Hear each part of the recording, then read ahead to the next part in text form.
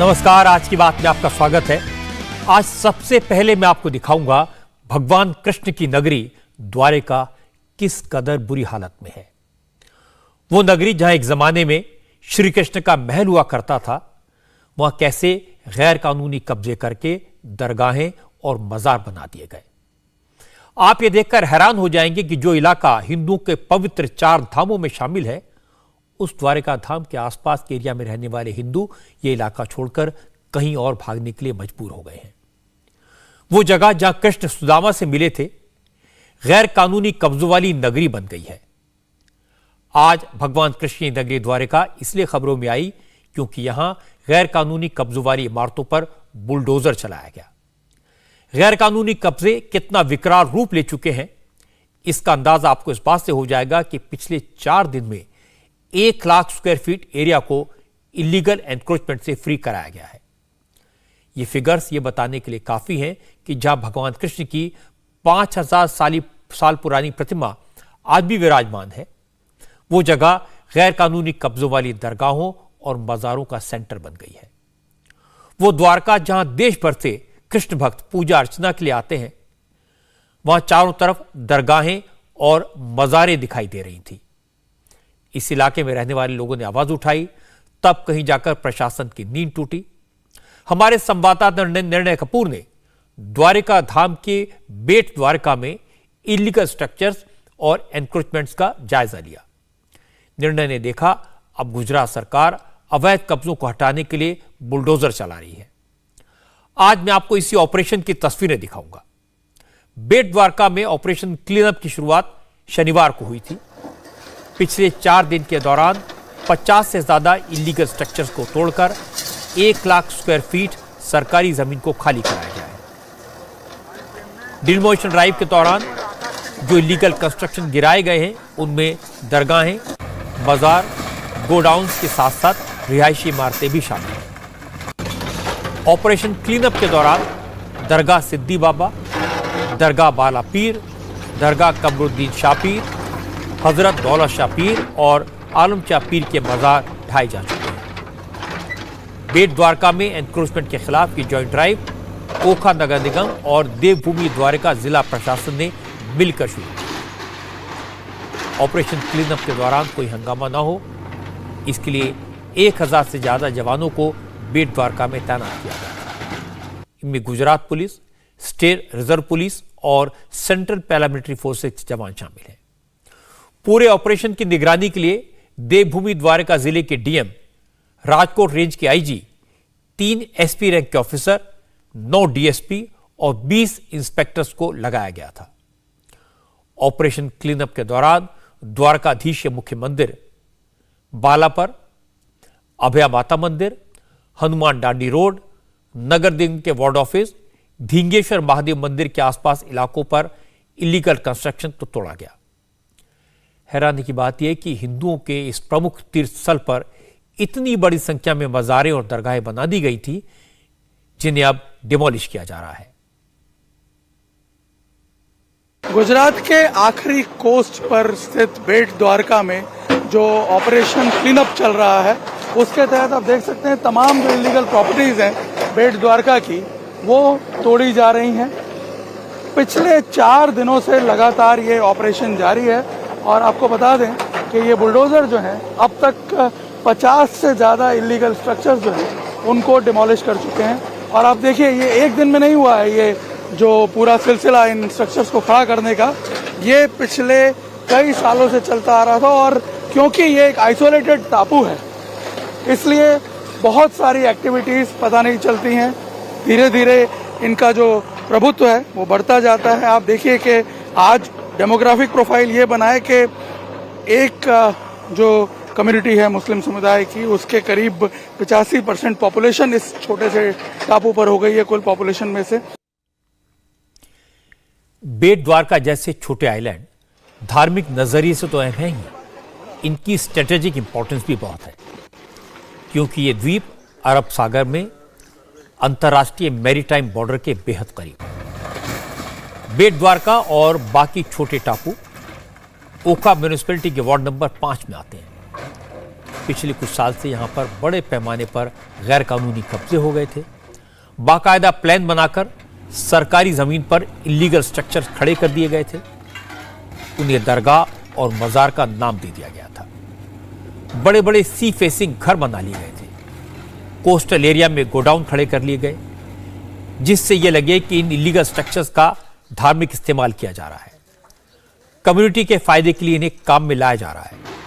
सरकार ने बेट द्वारका का सर्वे कराकर पहले इलीगल स्ट्रक्चर्स की पहचान की। बेट द्वारका प्रशासन ने कुछ लोगों को खास तौर से आइडेंटिफाई किया था, जिन्होंने बेट द्वारका की सरकारी जमीनों पर कब्जा किया हुआ था, इलीगल स्ट्रक्चर्स बनाए थे। इनमें साले मोहम्मद संघार, अयूब सुमानिया, तालाब लतीफ जडेजा, हामिद टी जडेजा और हुसैन आलेना जडेजा के नाम शामिल थे। 4 दिन के एंटी एनक्रोचमेंट ड्राइव के दौरान 50 से ज्यादा अवैध कंस्ट्रक्शन को गिरा दिया गया। इसमें स्पेसिफिक टाइम के बजाय कहें तो ओवर द ईयर्स काफी सालों से थोड़ा मेनली यहाँ देखेंगे तो fishing is activity for livelihood, island है, दूसरी अपॉर्चुनिटी कम है, तो ओवर द ईयर्स ये बढ़ता चला।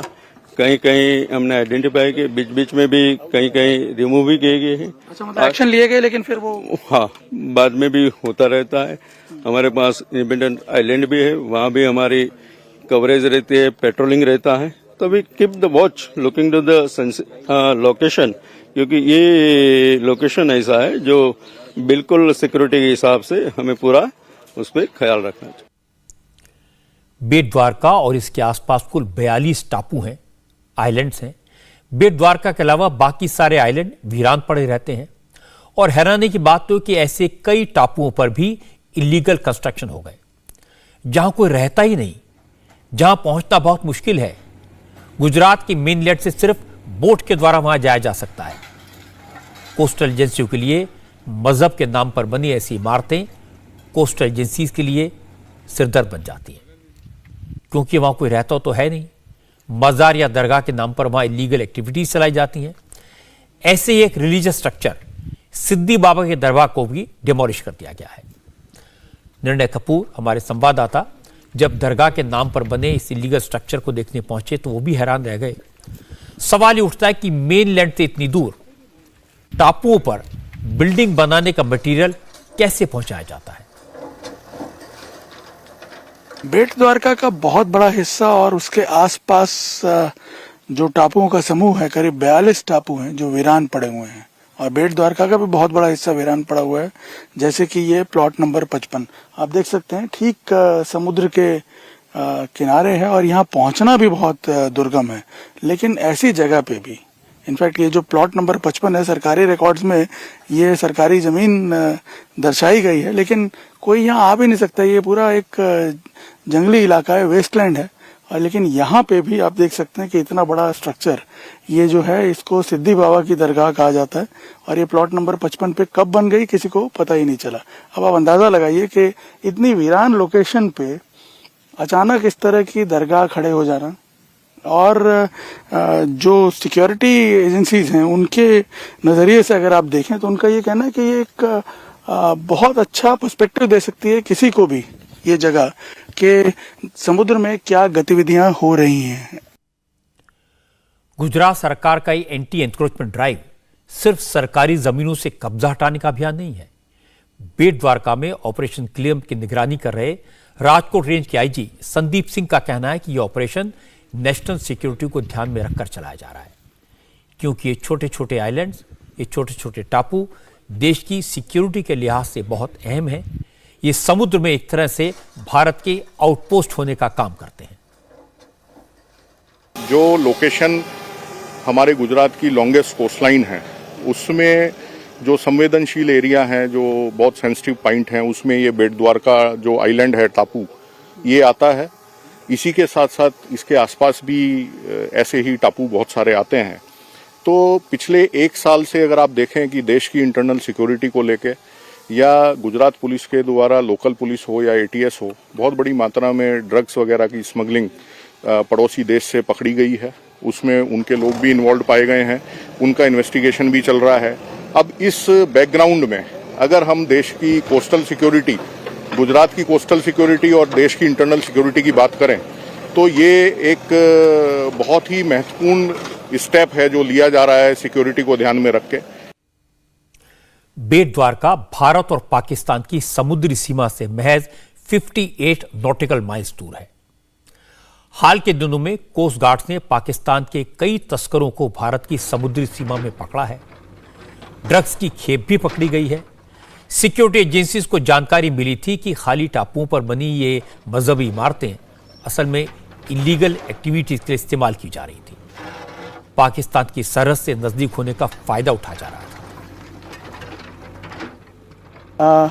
ऐसा भी कई केसेस में पाया गया है कि इनका इलीगल एक्टिविटीज के लिए, एंटी नेशनल एक्टिविटीज के लिए भी उपयोग हो रहा था और जिन लोगों ने ये स्ट्रक्चर बनाए हैं उनके भी मूवमेंट्स जो हैं वो काफ़ी सस्पिशियस देखे गए थे। इसीलिए इस ऑपरेशन की अहमियत और बढ़ जाती है क्योंकि इस प्लेस का जो लोकेशन है वो भी काफ़ी स्ट्रेटेजिक है।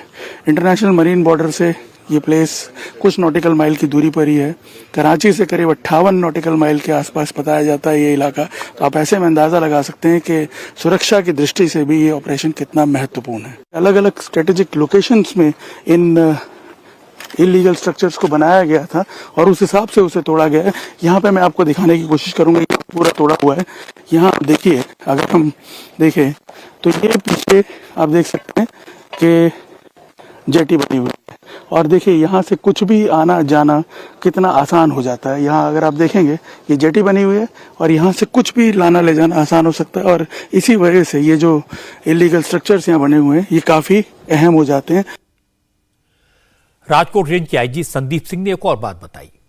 उन्होंने कहा कि बेट द्वारका में रहने वाले ज्यादातर लोग मछली पकड़ने का धंधा करते हैं, लेकिन कुछ पिछले कुछ वर्षों में गैर कानूनी धंधा करने वालों ने इन टापुओं पर डेरा जमा लिया।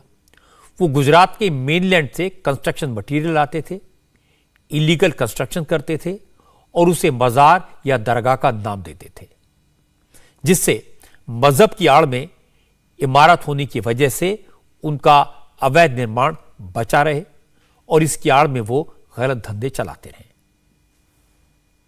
कुछ ऐसे भी लोग हैं जो किसी ना किसी मोटिव के तहत यहाँ पे कुछ ना कुछ इलीगल कंस्ट्रक्शन कर रहे हैं, तो ये हाई टाइम था कि इसको सबको डेमोलिश किया जाए। तो ये लोग जो हैं ये इनका यहाँ पे इन्फ्लक्स कैसे हुआ, कैसे ये यहाँ पे पहुंचे इतनी बड़ी संख्या में? इतने नहीं, ओवर द ईयर्स ये ऑनगोइंग प्रोसेस है। अभी देखें तो बेसिकली जो व्यवसाय है वो फिशरीज एंड फिशरमैन तरीके है, लेकिन जो जैसा मैंने आपको कहा प्रॉपर्टी आइडेंटिफिकेशन हुआ। अब इसमें ये पता चलेगा कि इसमें डायरेक्टली इनडायरेक्टली किसका हाथ है, इसमें ये पता चलेगा फंडिंग कहाँ से आई, इसमें किस तरह से इनका आयोजनबद्ध तरीके से एक देश को थ्रेट पहुंचाने का प्लानिंग है।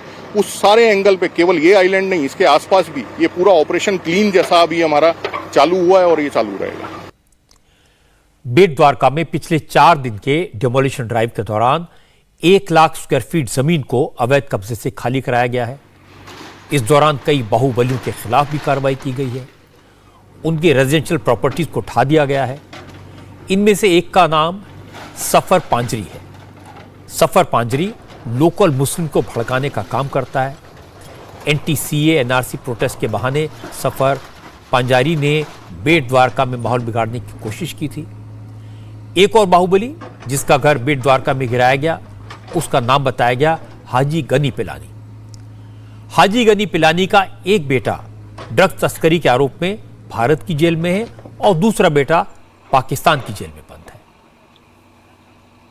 हमें पिछले कुछ समय से जो मेटिकुलस सर्वे किया जा रहा है इन इलीगल प्रॉपर्टीज का, और जितने भी नोटोरियस एलिमेंट्स हैं या जो देश की सुरक्षा के लिए एक थ्रेट बन सकते हैं, ऐसे जो एलिमेंट्स हैं उनकी प्रॉपर्टीज को आइडेंटिफाई करके डिस्ट्रॉय करने का यहाँ बेट द्वारका में उसका सबसे बड़ा एग्जाम्पल है ये हाजी गनी गिलानी की जो प्रॉपर्टी है। यहाँ पे आप देख सकते हैं ये उसने एक घर बनाया और उसी के सामने जो कि हम बात कर रहे थे कि कैसे कोस्ट लाइन को हार्नेस किया जाता है, यहाँ देखिए बिल्कुल ठीक यहाँ कोस्ट पे ये उसने एक अपना स्ट्रक्चर बना रखा था, एक गोडाउन टाइप कमर्शियल स्ट्रक्चर था ये।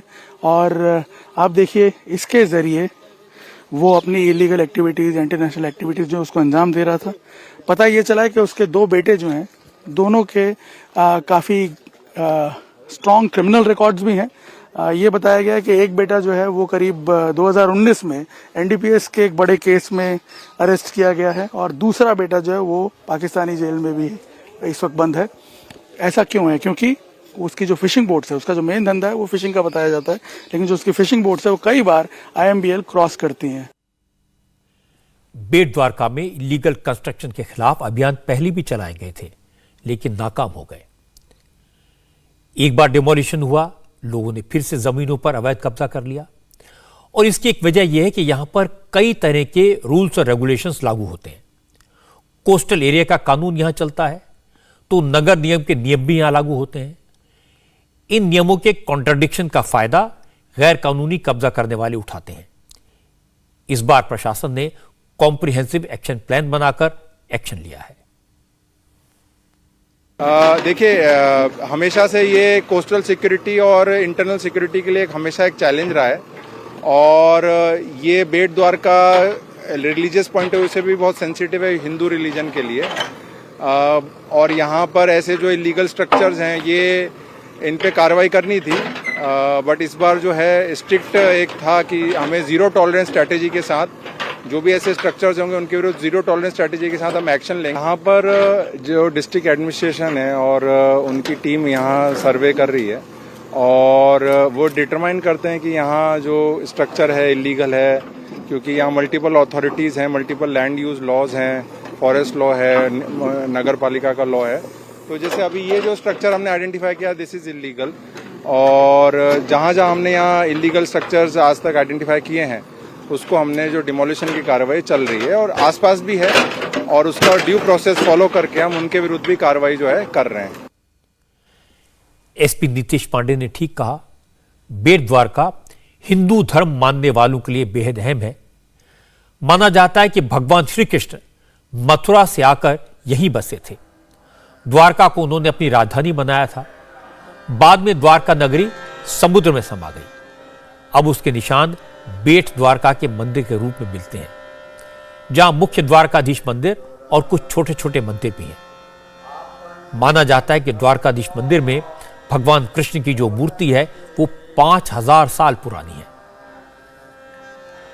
हमने देखा अक्सर लोगों की ये मान्यता रहती है कि द्वारकाधीश मंदिर के आसपास बसा हुआ जो इलाका है वही द्वारका नगरी है, लेकिन आपको बता दें कि द्वारका जो प्रखंड है वो 3 भागों में बटा हुआ है। मूल द्वारका, जिसे कि खुद भगवान कृष्ण ने ही बसाया था, लेकिन वहाँ सुदामा वास करते थे।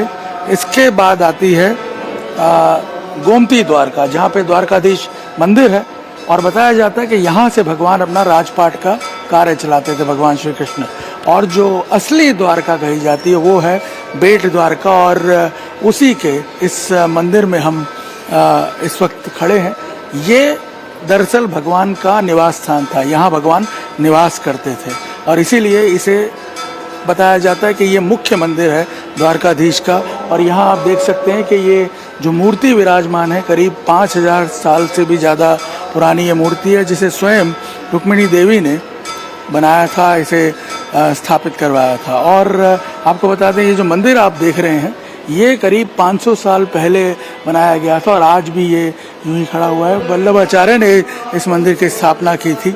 और अब आश्चर्य की बात ये होती है कि इस मंदिर के आसपास भगवान श्री कृष्ण की जो नगरी है, भगवान कृष्ण का जो निवास स्थान है, उसके आसपास इतना बड़ा एनक्रोचमेंट हो गया और देखते देखते वो इतना बढ़ गया कि यहाँ की जो हिंदू आबादी है उसका प्रतिशत घटकर के 15 से 20% रह गया। बेट द्वारका की आबादी इस वक्त 10,000 के आसपास है। इसमें हिंदू की संख्या करीब 1500 है। पहले बेट द्वारका में गिनती के लोग रहते थे, क्योंकि समुद्र होने की वजह से यहां पर पीने के पानी की दिक्कत थी, रोजगार के साधन नहीं थे। कुछ लोग ओखा से बेट द्वारका के लिए नाव चलाते थे। वहीं गुजरात के मेनलैंड से बेट द्वारका पहुंचने का यही रास्ता था। लेकिन धीरे धीरे यहां मछली पकड़ने वालों ने रहना शुरू कर दिया। आज बेट द्वारका की आबादी 10,000 से ज्यादा है। इसमें ज्यादातर मुसलमान हैं। इस आइलैंड पर मुसलमानों की बढ़ती आबादी की वजह से बहुत से हिंदू बेट द्वारका छोड़कर चले गए थे। उनमें एक डर समा गया था। लेकिन सरकार के अभियान से बेट द्वारका के मंदिर के पुजारी काफी खुश नजर आए। 20-25 साल के अंदर में ये जो कहीं पहले के जमाने के बाद में अभी की जो हम बात करें तो अभी के जो यहाँ की जो जनसंख्या है जो 10,000 से कम जनसंख्या है, जिसके अंदर में 85% यहाँ मुस्लिम लोग हैं और 20% अपने हिंदू लोग हैं, उसके भीतर में ये जो मंदिर का जो परिसर है, भगवान द्वारकाधीश का जो ये निवास स्थान है, और इसके अगल बगल में जो है जो कई बांधकाम जो हुए हैं वो हिसाब से यहाँ की जो हिंदू जनसंख्या है वो काफ़ी भयभीत थी। और अभी जो सरकार की ओर से जो यहाँ डिमोलेशन का जो कार्यवाही चल रही है वो हिसाब से अभी हिंदुओं के अंदर में कुछ आनंद की लागनी फैली हुई है। हिंदू समाज के लोग कहते हैं ये बड़ी हैरानी की बात है कि कृष्ण की भूमि में हिंदू अल्पसंख्यक हो गए, माइनॉरिटी में आ गए। इसकी वजह क्या है, ये द्वारकाधीश मंदिर के पुराने पुजारी ने बताई। पुजारी ने कहा कि हर साल 5-10 हिंदू परिवार बेट द्वारका छोड़कर चले जाते हैं। कोई गैर कानूनी कब्जे से परेशान होकर बेट द्वारका छोड़ देता है, तो कुछ लोग यहां की इलीगल एक्टिविटीज से तंग आकर चले जाते हैं। ये तो बराबर चल रहा है, ये डिमोलेशन की बहुत जरूरत थी। अभी ये बहुत अच्छा हुआ है अपना हिंदू के लिए, वो बहुत जरूरत ही है। कैसे हिंदू कैसे माइनॉरिटी में आ गए जबकि ये कृष्ण की भूमि है? कृष्ण की भूमि है ये वगैरह, ये इसका तो फिशिंग का धंधा है, इसलिए बहुत ज्यादा ही आबादी इसका बढ़ गया। अपना लोग तो यहाँ से निकल जाता है, हर साल 5-10 घर यहाँ से जाता है। अच्छा। हाँ, यहाँ से 5-10 घर अपना हिंदुओं का निकल जाता है, उसका घर यहाँ बढ़ता है। तो ये उसी की वजह से यहाँ इलीगल जो ये कंस्ट्रक्शन वगैरह होना शुरू हुआ। हाँ, उसी के लिए अपना तो जाते ही है यहाँ से। हर साल 10 आदमी यहाँ से निकल जाता है, हर साल 10 आदमी निकल जाता है। अब सारी बातें सुनकर एक बात तो साफ है, कृष्ण की नगरी बेट द्वारका की डेमोग्राफी बिल्कुल बदल चुकी है। हिंदू परिवार धीरे धीरे करके यहां से जा रहे हैं और मुस्लिम आबादी तेजी से बढ़ती जा रही है। बेट द्वारका न सिर्फ हिंदू तीर्थस्थल के लिहाज से बल्कि सुरक्षा के लिहाज से भी सेंसिटिव है। पाकिस्तान की कोस्टल लाइन यहां से काफी नजदीक है। ड्रग स्मगलर्स और माफिया को यह इलाका सूट करता है क्योंकि बेट द्वारका के आसपास के बहुत से टापू वीरान रहते हैं। यह अच्छी बात है कि प्रशासन अब एक्शन में आया है, लेकिन सवाल उठता है कि जब यहां गैर कानूनी कब्जे हो रहे थे, इलीगल कंस्ट्रक्शन हो रहे थे, जानबूझकर अवैध तरीके से दरगाहें और मज़ारें बनाई जा रही थी, तब किसी ने ध्यान क्यों नहीं दिया? खैर, देर आए दुरुस्त आए।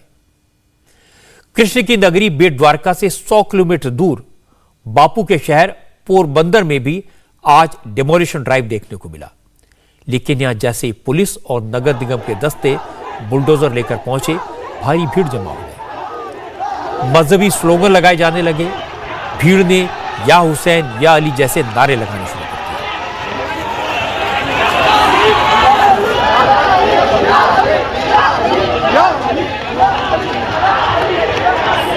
एनक्रोचमेंट के खिलाफ कार्रवाई रोकने के लिए देखते ही देखते हजारों लोग जमा हो गए। पुलिस की टीमें चारों तरफ भीड़ से घिर गईं। महिलाएं भी नारे लगाते हुए सड़कों पर उतर आईं।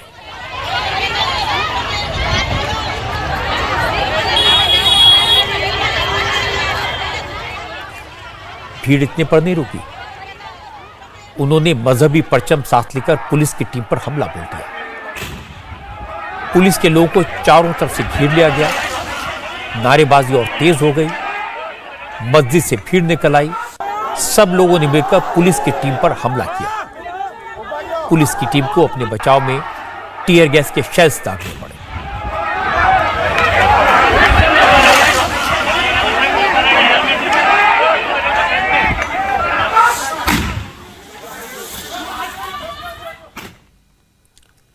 आखिरकार किसी तरह से पुलिस वहां से बचकर निकली। इसी को कहते हैं चोरी और सीनाजोरी। एक तो सरकारी जमीनों पर कब्जा किया, फिर उसे हटाने आए लोगों को घेर कर नारे लगाए, उन पर हमला किया। यह सवाल किसी मजहब का नहीं है, कानून का है। अगर एनक्रोचमेंट होगा तो डिमोलिशन भी होगा। उस पर रहने वाला चाहे कोई भी हो, किसी धर्म का हो, किसी मजहब का हो। मजहब को लेकर परेशान करने वाली एक खबर गुजरात के खेड़ा जिले से भी आई। यहां पर गरबा कर रहे लोगों पर मुसलमानों की एक भीड़ ने पथराव किया। घटना खेड़ा जिले के उढेला गांव की है। गांव के सरपंच ने अपने चुनाव जीतने पर मन्नत मांगी थी कि वो तुलजा माता के मंदिर में चढ़ावा चढ़ाएंगे और गरबा करवाएंगे। चूंकि उडेला गांव में सिर्फ अष्टमी के दिन ही गरबा होता है, तो सरपंच इंद्रवदन सिंह पटेल अपने समर्थकों और परिजनों को लेकर गाजे बाजे के साथ गांव के ही तुलजा माता मंदिर पहुंचे। वहां उन्होंने पूजा की, जिसके बाद मंदिर कैंपस में गरबा शुरू हो गया। जब गरबा शुरू हो गया तो गांव के मुस्लिम समुदाय के लोग मंदिर के बाहर जमा हो गए। वो काफी संख्या में थे। उन्होंने गरबा रोकने के लिए कहा। मुस्लिम समुदाय के लोगों का कहना था कि मंदिर के बगल में ही मस्जिद है और यहां शोर न किया जाए। गरबा खेल रहे लोगों ने इसका विरोध किया। कहा वो तो मंदिर के कैंपस में गरबा कर रहे हैं, पूजा कर रहे हैं, इससे मुसलमानों को क्या दिक्कत। यह बहस चली रही थी कि मुस्लिम समुदाय के लगभग 150-200 लोग जमा हो गए और उन्होंने गरबा करने वालों पर पत्थर फेंकने शुरू कर दिए। पथराव करने वालों में महिलाएं भी शामिल थी। कुछ लोग मंदिर के कैंपस में घुस गए, वहां खड़ी सरपंच की गाड़ी को तोड़ दिया। पथराव में सरपंच समेत कई लोग घायल हो गए, जिन्हें हॉस्पिटल में भर्ती कराया गया है। गरबा चालू होता हमारा गरबा चल रहा था। उसी समय वो लोग पीछे से आए और पथराव शुरू कर दिया। कई लोगों को पत्थर लग गया। उसके बाद पुलिस आई, लेकिन पुलिस क्या करती, वो लोग तो पत्थर मार कर भाग गए थे। उन्होंने लाठी डंडों से भी हमला किया था। हमें तो पत्थर लगा सिर में, कई और लोगों को भी पत्थर लगा। वो यहाँ भर्ती हैं। हम लोग माता के मंदिर पूजा करने के लिए पहुंचे थे। गरबा शुरू ही हुआ था कि उधर से वो लोग आ गए। कहा कि आप यहाँ गरबा नहीं कर सकते। उसके बाद वो पथराव करने लगे। मंदिर कैंपस के अंदर आ गए। एक पत्थर मेरे हाथ में भी लगा। बहुत सी पब्लिक आई थी। गरबे के दौरान मुस्लिम समुदाय ने जो पथराव किया, उसकी खबर पुलिस को पहुंची। पुलिस जब मौके पर पहुंची तो मुस्लिम समुदाय के लोग भागने लगे। बड़े अफसरों ने दोनों समुदाय के लोगों को अलग अलग करके शांत किया। पथराव में घायल लोगों को हॉस्पिटल पहुंचाया और उडेला गांव में सुरक्षा बलों को तैनात कर दिया। घटना के सबूत जुटाने के लिए एक फॉरेंसिक टीम भी बुलाई गई, जिसने मौके से एविडेंस इकट्ठे किए। उडेला गांव में तो पुलिस तैनात है ही, आसपास के गांव में भी काफी चौकसी बरती जा रही है, ताकि माहौल बिगाड़ने वाली ऐसी कोई और घटना न हो। पथराव में घायल सरपंच ने पुलिस को जो जानकारी दी है, उसके आधार पर कई लोगों को अरेस्ट भी किया गया है।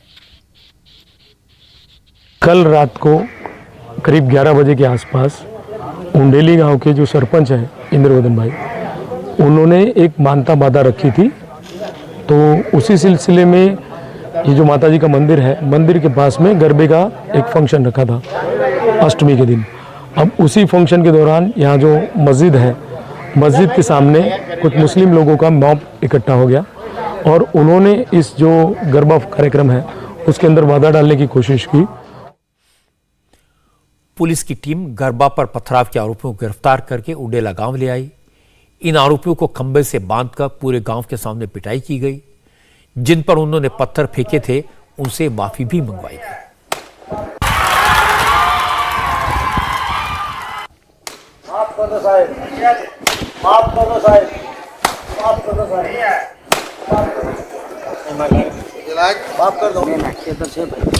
चूंकि लोगों के भीतर काफी गुस्सा था, उडेला गांव के लोग इस कार्रवाई पर तालियां बजाने लगे। गरबा में पथराव की वजह से जो गांव वाले कल दुखी थे, आज वो उत्साहित थे।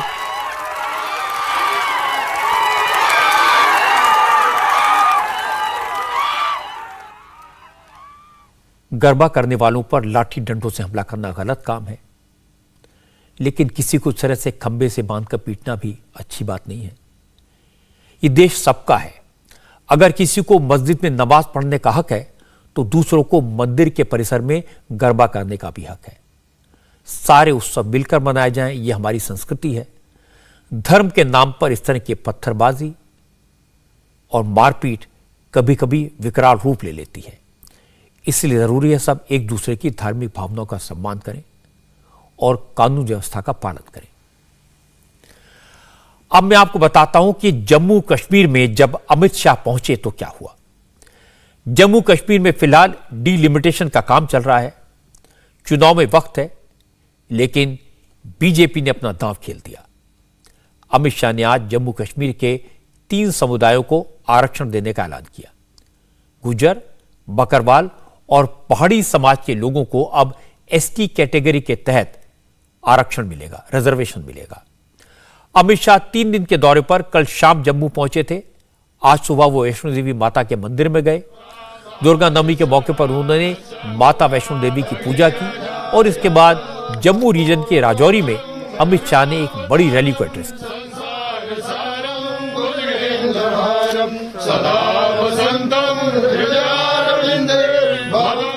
अमित शाह ने कहा कि गुर्जर, बकरवाल और पहाड़ी समुदाय के लोगों ने पीर पंजाल माउंटेन रेंज में हमेशा भारत की सुरक्षा के लिए काम किया है। घुसपैठियों को रोकने में सेना की मदद की है, लेकिन आर्टिकल 370 की वजह से गुर्जर, बकरवाल और पहाड़ी समुदाय को आरक्षण का लाभ नहीं मिल पाता था। अमित शाह ने कहा कि अब मोदी सरकार कश्मीर के विकास पर फोकस कर रही है और कश्मीर के विकास को कोई रोक नहीं सकता।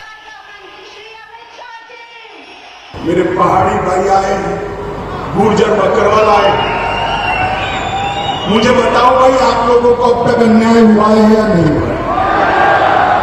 जोर से बोलो, हुआ है या नहीं हुआ? विकास का काम तो भेज दिया, मगर पहले आपको आरक्षण मिलता था क्या? मिलता था? गुर्जर, बकरवाल को भी पहले मिलता था क्या?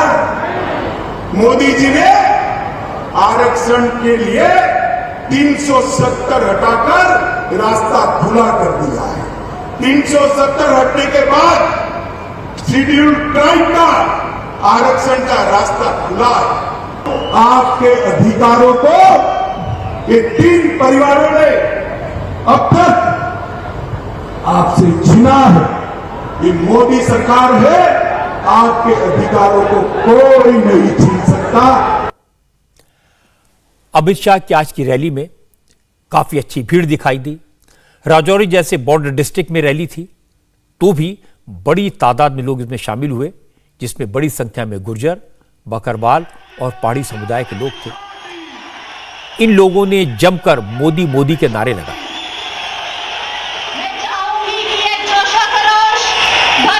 भीड़ देखकर अमित शाह भी काफी उत्साह में आ गए।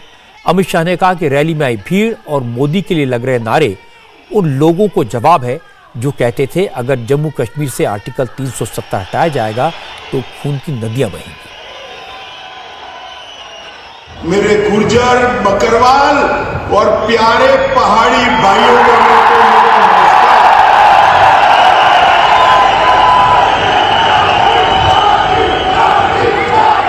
मित्रों, आज की ये रैली आपके मोदी मोदी के नारे उन लोगों को जवाब है जो कहते थे धारा 370 जाएगी तो पीर पंजाब पर आग लग जाएगी। आज की ये रैली उन लोगों को जवाब है जो कहते थे धारा 370 जाएगी तो खून की नदियां बह जाएगी। जम्मू कश्मीर में अमित शाह की रणनीति साफ दिखाई दे रही है। वो आर्टिकल 370 खत्म करने के बाद हुए बदलाव को इशू बनाएंगे। कश्मीर की सियासत की 3 परिवारों की 3 पार्टियों को ठिकाने लगाने की कोशिश करेंगे और गुर्जर, बकरवाल और पहाड़ी समाज के दम पर बीजेपी का सपोर्ट बेस बढ़ाने की कोशिश करेंगे। लेकिन यह साफ है, जम्मू कश्मीर में बीजेपी अपने दम पर सरकार बना पाएगी ये मुश्किल लगता है। उसे पार्टनर की जरूरत होगी और पार्टनर अभी दूर दूर तक दिखाई नहीं देते। अमित शाह के विजिट के दौरान जम्मू से एक दुखद खबर आई। जम्मू कश्मीर के डीजी प्रिजन एचके लोहिया की उन्हीं के डोमेस्टिक हेल्प ने हत्या कर दी। एक गुमनाम आतंकी संगठन ने इस हत्या को अमित शाह के दौरे से जोड़ने की कोशिश की। PFF, people's anti fascist front ने एक प्रेस रिलीज जारी करके दावा किया कि मोदी की लीडरशिप वाली हिंदुत्ववादी सरकार के होम मिनिस्टर के कश्मीर दौरे पर यह एक तोहफा है। लेकिन जम्मू कश्मीर पुलिस ने आतंकी संगठन के दावे को खारिज कर दिया और कहा कि फिलहाल इसमें किसी टेररिस्ट संगठन के कनेक्शन की बात सामने नहीं आई है। दरअसल एच.के. लोहिया की कल रात उनके दोस्त के घर में हत्या कर दी गई। हैरानी की बात यह कि वारदात के वक्त डीजी और उनके दोस्त की फैमिली उसी घर में मौजूद थी, लेकिन एस.के. लोहिया अपने डोमेस्टिक हेल्प यासिर अहमद के साथ अलग कमरे में थे। इसी दौरान यासिर अहमद ने धारदार हथियार से डीजी का गला काट दिया और वहां से भाग गया। हालांकि बाद में पुलिस ने उसे अरेस्ट कर लिया।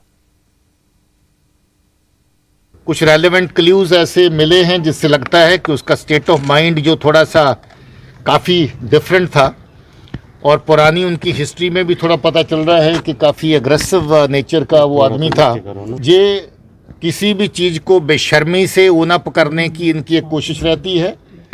इस तरह का कोई अभी तक क्लू जहां पर नहीं है, उस इशू को फॉर द टाइम बीइंग तो हम रूल आउट करते हैं, मगर तफ्तीश के दौरान अगर कोई ऐसी बात आएगी तो उसको देखा जाएगा। जम्मू कश्मीर के डीजीपी ने जो कहा उससे जितने जवाब मिले उससे कहीं ज्यादा सवाल खड़े हो गए। उन्होंने कहा यासिर अहमद काफी एग्रेसिव नेचर का था, तो सवाल उठा क्या उसे डीजी जेल के घर डोमेस्टिक हेल्प के तौर पर तैनात करने से पहले उसका बैकग्राउंड चेक किया गया था या नहीं। यासिर अहमद को लेकर कुछ और बातें सामने आई।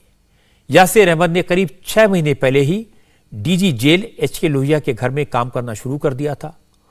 पुलिस को यासिर अहमद के पास से कुछ डायरियां भी मिली हैं, जिससे पता लगता है कि वो काफी सेंटिमेंटल और मेंटली इम्बैलेंस्ड था। डायरी के एक पेज पर उसने लिखा, प्यारी मौत मेरी जिंदगी में आ जाओ। एक पेज पर उसने लिखा उसे अपनी जिंदगी से नफरत है क्योंकि उसकी जिंदगी में सिर्फ मातम है। इसी तरह एक और पेज पर लिखा था कि उसकी जिंदगी में 0% प्यार और 100% दुख और तनाव है। पुलिस अब कह रही है कि वो डिप्रेशन में था। एक डायरी मिली है जिसमें कि उसने अपने हाथों से लिखा है। उसकी डायरी से ऐसा लगता है कि वो काफी डिप्रेशन की स्थिति में था और अपने आप की जान लेने की भी बात उस पर लिखी है। पुलिस कह रही है कि यासिर अहमद डिप्रेशन में था, लेकिन यह बात किसी गले नहीं उतर रही कि अगर वो डिप्रेशन में था तो वो फरार क्यों हुआ, भागा क्यों। डीजी की हत्या उनके दोस्त के घर पर की गई। आखिर उस कमरे में धारदार हथियार कहां से आया, आग लगाने के लिए माचिस कहां से आई। जब एक दरवाजे के बाहर घर वाले खड़े थे तो दूसरे दरवाजे से भाग कैसे गया। क्या यासिर इस घर को जानता था या उसने घर की रैकी की हुई थी। सवाल कई हैं, जवाब मिलने बाकी हैं। दिल्ली में आम आदमी पार्टी की सरकार और लेफ्टिनेंट गवर्नर एक बार फिर आमने सामने आ गए और इस बार विवाद की वजह बनी सरकार की तरफ से बिजली कंपनियों को दी जा रही सब्सिडी। दिल्ली के एलजी विनय सक्सेना ने चीफ सेक्रेटरी से इस मामले में 7 दिन के अंदर रिपोर्ट देने को कहा है। एलजी ऑफिस की तरफ से चीफ सेक्रेटरी को एक चिट्ठी भेजी गई है। उसमें कहा गया कि दिल्ली सरकार की तरफ से बिजली कंपनियों को जो सब्सिडी दी जा रही है उसमें गड़बड़ी की शिकायतें आई हैं। इस बात की जांच करने को कहा गया कि 2018 में दिल्ली इलेक्ट्रिसिटी रेगुलेटरी कमीशन ने कंज्यूमर्स को डीबीटी के जरिए सब्सिडी देने का आदेश दिया था, उसका पालन क्यों नहीं किया जा रहा। एलजी की तरफ से चीफ सेक्रेटरी को भेजे गए लेटर के बाद बीजेपी ने इसे इशू बनाया। आरोप लगाया कि दिल्ली सरकार ने बिजली कंपनियों से बकाया वसूलने के बजाय उनसे स्वीट डील की, जिससे दिल्ली की सरकार को हजारों करोड़ का घाटा हुआ और बिजली कंपनियों को 11,550 करोड़ रुपए का फायदा हुआ। बीजेपी ने यह भी कहा कि बिजली कंपनियों ने ग्राहकों से लेट पेमेंट के लिए 18% सरचार्ज वसूला, लेकिन सरकार के पास सिर्फ 12% जमा किया। 6% कमीशन के तौर पर हड़प लिए, जिससे दिल्ली सरकार को 8,500 करोड़ का घाटा हुआ। आरोप यह भी है कि दिल्ली सरकार ने आम आदमी पार्टी के प्रवक्ता जसमीत शाह और पार्टी के राज्यसभा एमपी एनडी गुप्ता के बेटे नवीन गुप्ता को बिजली कंपनियों के बोर्ड में शामिल किया, जिससे घोटाले की बात छुपाई जा सके। सबसे पहली बात यह कि विद्युत उत्पादन करने वाली कंपनियों का जो बकाया था वितरण कंपनियों पे, जिसके लिए वह दिल्ली सरकार को मिलना था और देनदारी थी प्राइवेट कंपनियों की, परंतु प्रारंभिक बैठकों में ही तकरीबन 3200 करोड़ रुपए से अधिक की उनकी देनदारी को एक प्रकार से वेव ऑफ कर दिया गया। दूसरा, दिल्ली के नागरिकों को जो छूट देने की बात कही गई, सब्सिडी देने की बात, वो ईमानदारी से पारदर्शिता के साथ क्यों नहीं की गई, जिस प्रकार से केंद्र सरकार दे रही है और दिल्ली में भी एलपीजी की सब्सिडी मिल रही है, अर्थात डायरेक्ट बेनिफिट ट्रांसफर के द्वारा क्यों नहीं दी गई, उसमें बीच में बिचौलियों को क्यों लाया गया। तीसरा बिंदु यह कि जब लेट फी के नाम पर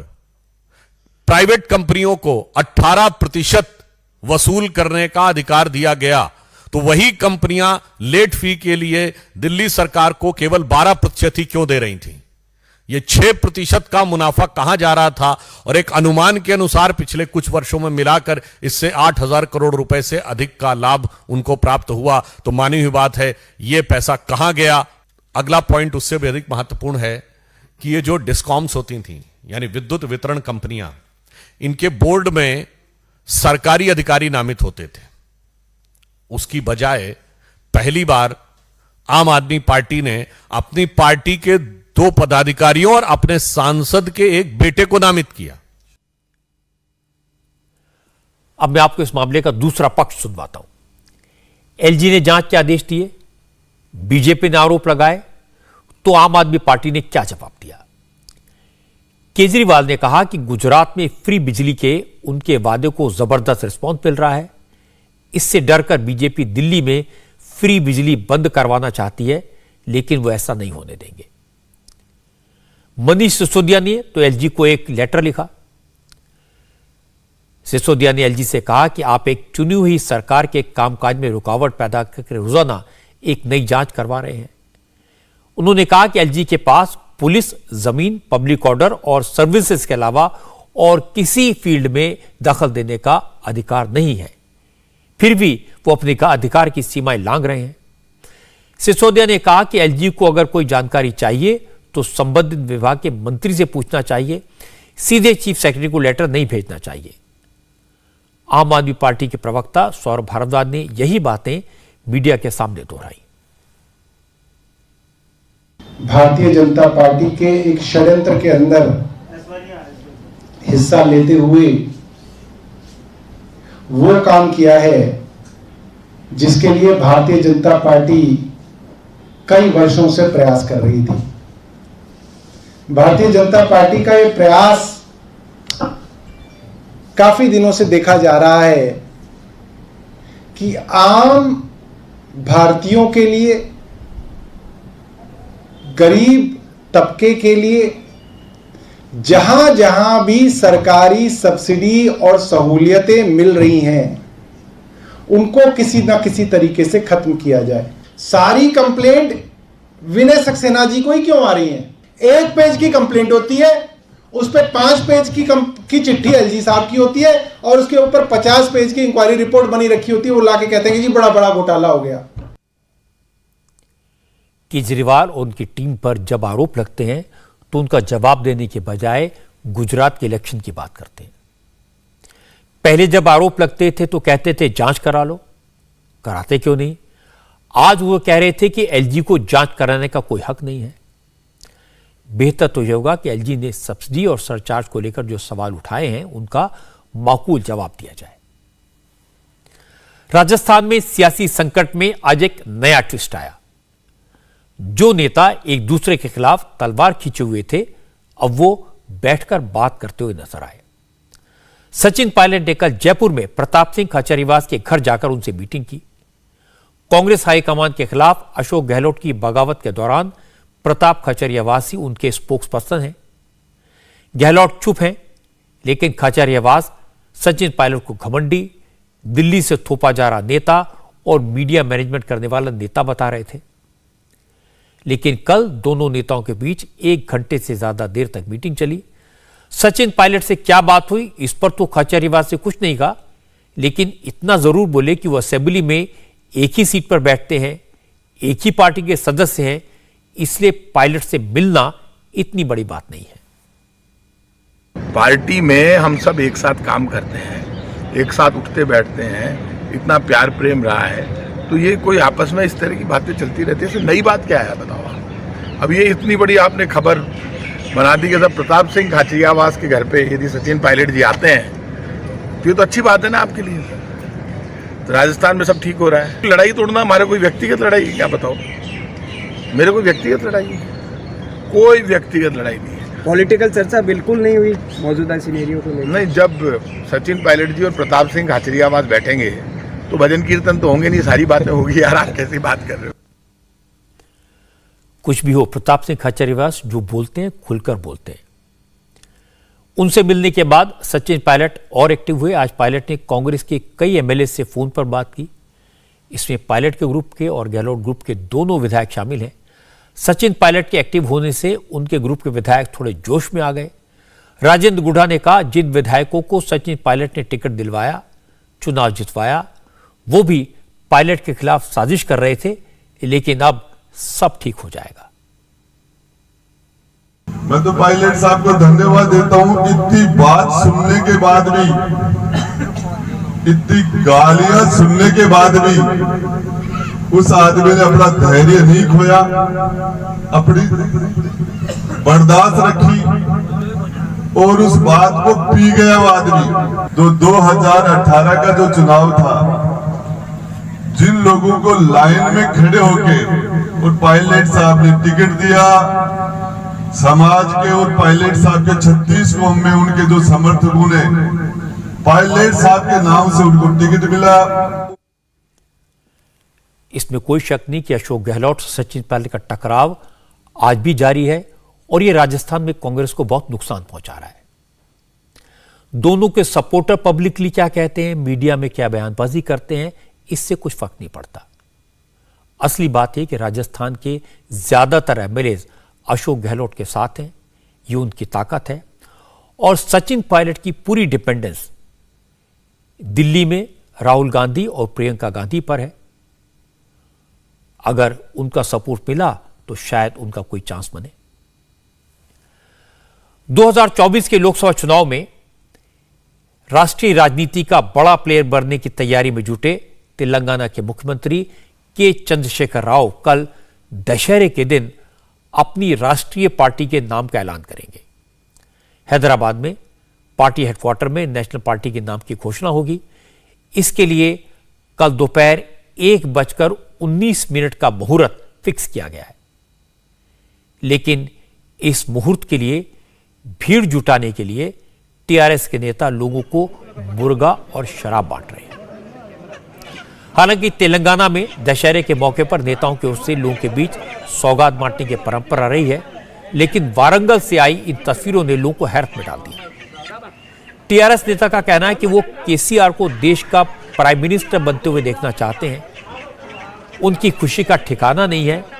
ऐसे में अगर गरीब मजदूरों को कुछ गिफ्ट दे रहे हैं तो इसमें क्या गलत है?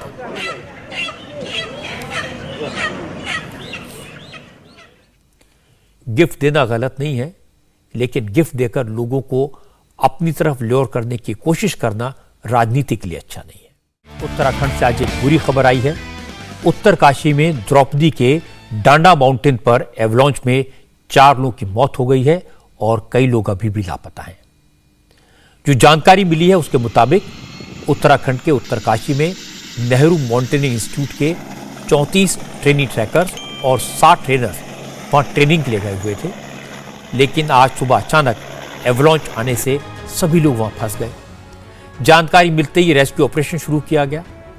राज्य के मुख्यमंत्री पुष्कर सिंह धामी ने बताया कि उन्होंने डिफेंस मिनिस्टर राजनाथ सिंह से बात करके रेस्क्यू ऑपरेशन में तेजी लाने के लिए सेना की मदद मांगी, जिसके बाद एनडीआरएफ, एसडीआरएफ, आईटीबीपी और आर्मी की मदद से रेस्क्यू ऑपरेशन चलाया जा रहा है।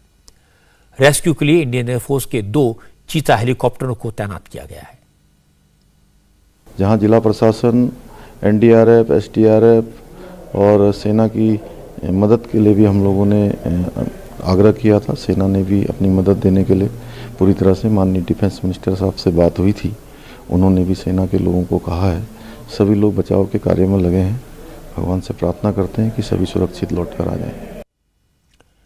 आईटीबीपी के प्रवक्ता विवेक पांडे ने बताया कि 8 लोगों को निकाल लिया गया है, लेकिन कैजुअल्टी कितनी हुई है इसका भी अंदाजा नहीं लगाया जा सकता। जैसे ही जानकारी मिली, आईटीबीपी ने अपनी हेलीपैड को एक्टिव कर दिया। ये बताया गया है कि द्रौपदी का डांडा 2 एक पर्वत है जो भटवाड़ी से आगे जो पर्वत श्रृंखलाएं लगती है, वहां पर एक ट्रैजिक इंसिडेंट आज सुबह हुआ है। ये प्रशिक्षणार्थी अपने जो केंद्र है, पर्वतारोहण केंद्र है, वहां से एक मिशन पे थे और ये ट्रेनिंग का पार्ट होता है। ये लोग हाई एल्टीट्यूड पे जाते हैं और वहां पर जाकर एक पर्वत पर समिट करते हैं। तो ये पर्वत जो है वो लगभग ऊंचाई इसकी 16,000 फीट के आसपास है, जहां पर ये दुर्घटना घटी है। 2 कोर्सेस थे, बेसिकली एक एडवांस कोर्स था और एक बेसिक कोर्स था और ऐसी सूचना है कि तकरीबन 150 लोग इस पूरे ट्रेनिंग का मॉड्यूल का हिस्सा थे। आज सुबह जब ये पीक की तरफ जा रहे थे, ऐसी सूचना मिली कि एक पहाड़ का हिस्सा टूटा बर्फ का और उसमें कुछ लोग ट्रैप हुए। 8 लोगों को तो सकुशल वहां पे तुरंत ही निकाल लिया गया था, जो उनके जो साथ जो लोग ग्रुप में थे, और 21 लोग थे जिनको की चोटें आई और जिनके बारे में कहा जा रहा है कि उनमें से हताहत होने की सूचना है। मृतकों की या घायलों की एग्जैक्ट जो नंबर्स हैं वो तो स्थानीय प्रशासन द्वारा ही बताया जाएगा। उत्तराखंड के डीजीपी अशोक कुमार ने कुछ और जानकारी दी। उन्होंने कहा कि जिस जगह पर एवलांच हुआ है वो 14,000 फीट की हाइट पर है और बेस कैंप 13,000 फीट की ऊंचाई पर बना हुआ है। जो लोग लापता हुए हैं उनकी सही लोकेशन अभी तक नहीं मिल पा रही है। हालांकि एयरफोर्स के हेलीकॉप्टर्स एरियल रेकी कर रहे हैं और उम्मीद है कि जल्दी ही माउंटेनियर्स को रेस्क्यू कर लिया जाएगा। देखिए, जो नेशनल इंस्टीट्यूट ऑफ माउंटेनियरिंग है उत्तरकाशी में, उसके ट्रेनीज थे ये लोग, जो कि यहाँ पे गए थे द्रौपदी का डांडा पीक की तरफ, और इसमें 29 लोग थे, जिनमें से 8 लोग तो सेफ हैं। बाकी लोग अभी उनका एग्जैक्ट लोकेशन नहीं पता है। ये पता है कि जो इंसिडेंट हुआ है वो लगभग 14,000 फीट की हाइट पे हुआ है। बेस कैंप 13,000 फीट पे है। हमारी एसडीआरएफ की टीमें वहाँ पहुँच चुकी हैं। निम के इंस्ट्रक्टर भी वहाँ पर हैं। जो माननीय मुख्यमंत्री जी ने एयरफोर्स की टीम को रिक्वेजिशन किया है, वो लोगों ने एरियल रेकी कर ली है, मतलब हवाई रेकी कर रहे हैं। उसके बाद वो भी ऑपरेशन में एंटर करेंगे। 13-14,000 फीट पर रेस्क्यू ऑपरेशन चलाना कोई आसान काम नहीं है, लेकिन उत्तराखंड के मुख्यमंत्री की तारीफ करूंगा, उन्होंने तुरंत एक्शन लिया। एसडीआरएफ, आईटीबीपी और फौज सबकी मदद ली। ये सारी टीमें माउंटेन्स को ढूंढने और बचाने के काम में लगी हुई हैं।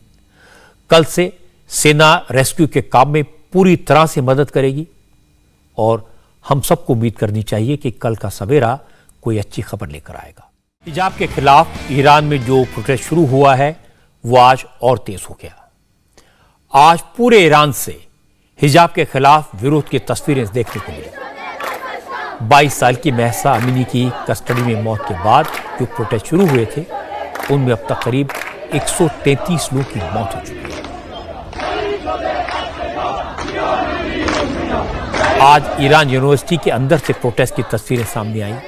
इसमें हजारों की संख्या में छात्राएं हिजाब के खिलाफ प्रोटेस्ट करती हुई दिखाई दे रही हैं।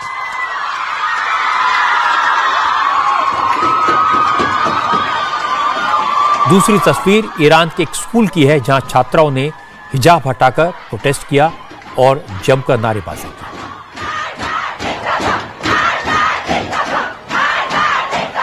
इन छात्राओं ने ईरान सरकार के खिलाफ हिजाब से आजादी के नारे लगाए।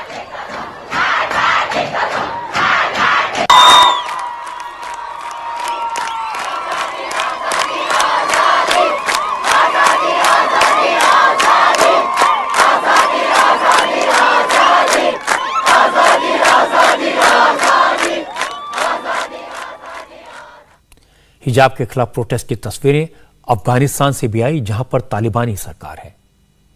ये लड़ाई सिर्फ ईरान या अफगानिस्तान की महिलाओं की नहीं है, ये पूरी दुनिया की महिलाओं की लड़ाई है। और ये लड़ाई हिजाब के खिलाफ नहीं है, ये लड़ाई महिलाओं की आजादी और उन्हें हक की लड़ाई है। इंडिया टीवी हर वक्त हर जगह डाउनलोड करने के लिए सर्च करें India TV news Google play store या ऐप स्टोर पर।